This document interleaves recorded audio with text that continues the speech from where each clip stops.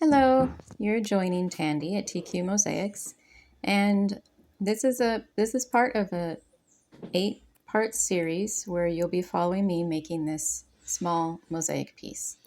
So subscribe and like. Thanks. So here I am starting with my piece. This is a 7-inch round cork base.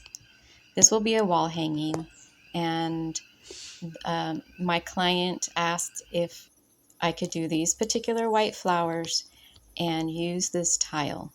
But other than that, you'll see that this piece is not pre-drawn out.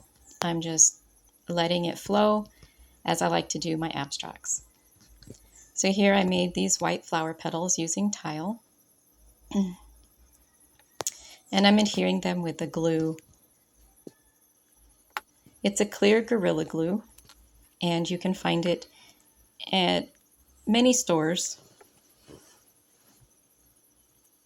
in the hardware section or in the craft section. I have found it in both places. And I just want to put some pieces to finish that middle, give it a nice finish. I'm using a glass marble for one, and then those are mother of pearl shells for the other two.